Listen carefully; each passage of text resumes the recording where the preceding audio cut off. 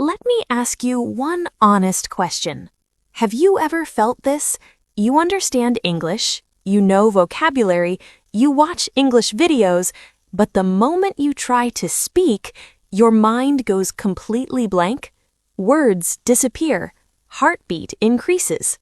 If you're listening right now and thinking, yes, this is exactly me, then relax. Today's podcast is not about grammar rules, not about tense charts, and not about memorizing 50 new words.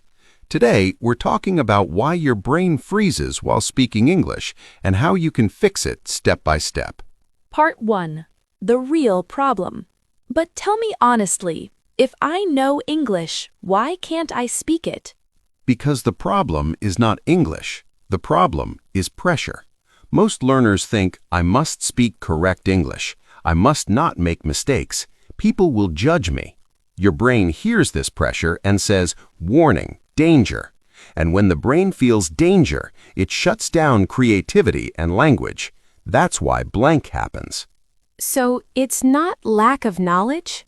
Exactly. It's not knowledge. It's fear plus speed plus translation. Part 2. Why translation kills fluency. Let's understand one big mistake. Most learners speak like this: Hindi thought, translate, English sentence, speak. This process is slow. While translating, your brain is busy. Someone is waiting for your answer. Pressure increases, and boom, blank. That's so true. Sentence dimag mein aata hai, but mouth tak nahi pahunchta. Because language is a skill, not math. You don't calculate while riding a bicycle. You don't translate while driving. Fluency comes when English becomes automatic. Part 3. The blank moment explained. What exactly happens during that blank moment? 3 things happen together. 1. Fear of mistake. 2. Fear of judgment. 3. Urgency to speak fast. Your brain thinks, if I make a mistake, I'll look stupid. So instead of helping you, it freezes you. So blank is actually self-protection? Yes, your brain is trying to save you, but in the wrong way. Part 4. The first fix. Slow is power. Here's the first solution. Speak slowly, on purpose. Native speakers don't speak fast. They speak smoothly.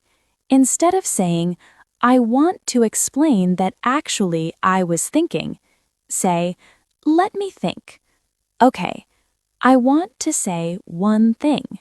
Slow English equals confident English. So slow is not bad English? No, slow is clear. Clear is confident. Part 5. The second fix. Think in simple English. Stop trying to speak big English. Instead of thinking, I want to express my perspective regarding this matter, think, I think this is good. I don't agree. In my opinion. Simple English equals fluent English. But people say vocabulary is important. Yes, but usable vocabulary is important, not dictionary vocabulary. Children speak fluent English with very simple words. Part 6.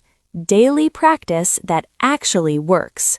Here's a simple daily habit.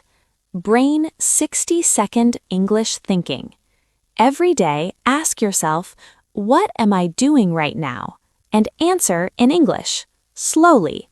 I am sitting. I am listening. I am learning English. No pressure, no grammar checking, just flow. So no writing, no memorizing? Only thinking plus speaking. That's how fluency starts. Ending. Final message. So the blank mind doesn't mean failure? No, it means you're learning. Remember this line. Fluency comes after mistakes, not before.